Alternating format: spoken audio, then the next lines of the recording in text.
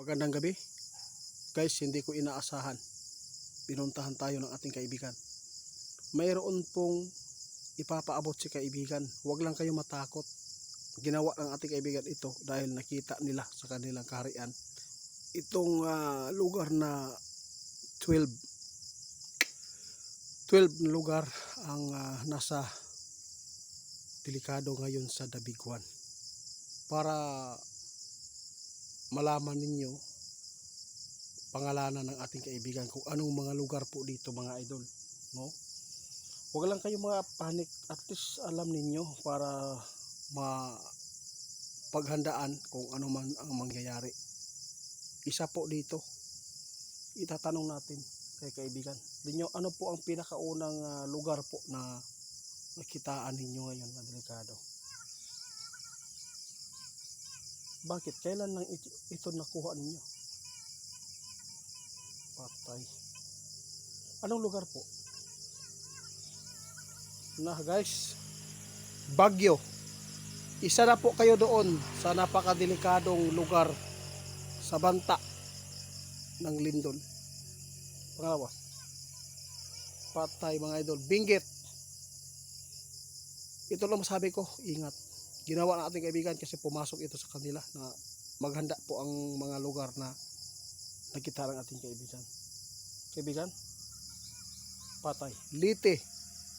Ingat po mga idol, ito po ang nababanggit ngayon, delikado.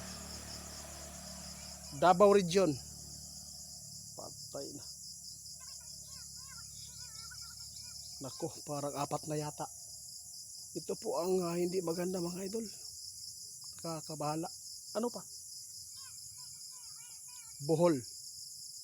Mga idol, 5 na. Bohol. Patay. Cebu.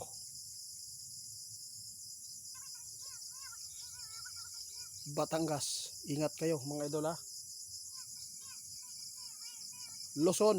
Ha? Manila. Ingat. Sus. Salamat kaibigan. At least nalaman ko din. Mga idol, nakakabahala man ito. Pero tandaan natin, ingat lang lagi. Surigao.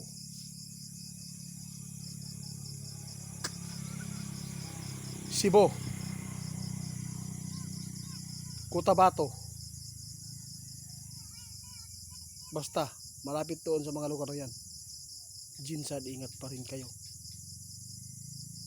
Yung Batangas nga, may nakitaan pa rin. Mga idol, huwag kayong matakot kung ano man po ang nakita ng ating kaibigan na mga lugar na mga delikado. Dahil ito po ay pwede ninyong tandaan ito mga lugar. Kung nakatira ka man dyan, lagi mong tandaan, ligtas ka kung malayo ka sa dagat. Ligtas ka kung hindi ka lanslairan. Ligtas ka kung hindi second floor ang bahay mo. Ligtas kayo kung malayo kayo sa dagat. Sabi ng ating kaibigan, huwag lang kayo matakot. Pinangalanan lang namin ang mga lugar na pumasok doon sa kanilang kaharian. Pinangalanan ng ating kaibigan, nakitaan niya na ang mga lugar na binabanggit niya ngayon ay nasa panganib. Tandaan natin, ginawa ito ng ating kaibigan para hindi kayo mapapahamak.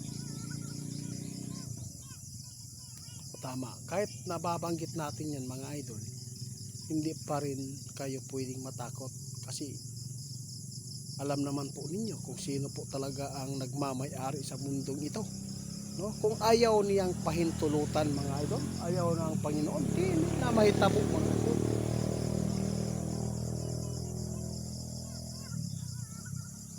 Grabe. Alam po ba niyo kung bakit agad nilang ipinapaabot ito? Kanina, di nila inaasahan mula nang niyanig ang piro ng 7.2 magnitude. Tiningnan po nila ang mga lugar. Isa po dito ang Luzon na napakaraming maapektuhan na buhay. Mga idol, sa daming building dyan, sa daming infrastruktura, sa daming nakatira, sa daming sasakyan, malapit sa dagat, napaka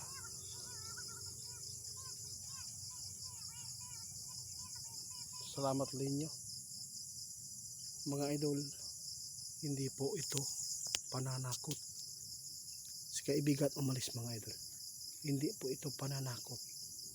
Pinapangalanan lang ng ating kaibigan ang mga lugar na mga delikado ngayon sa banta ng lindol o dabiguan. Mga idol, sana na hindi ito mangyari. Kung doon po mangyari sa Luzon, marami pong buhay ang mawawala.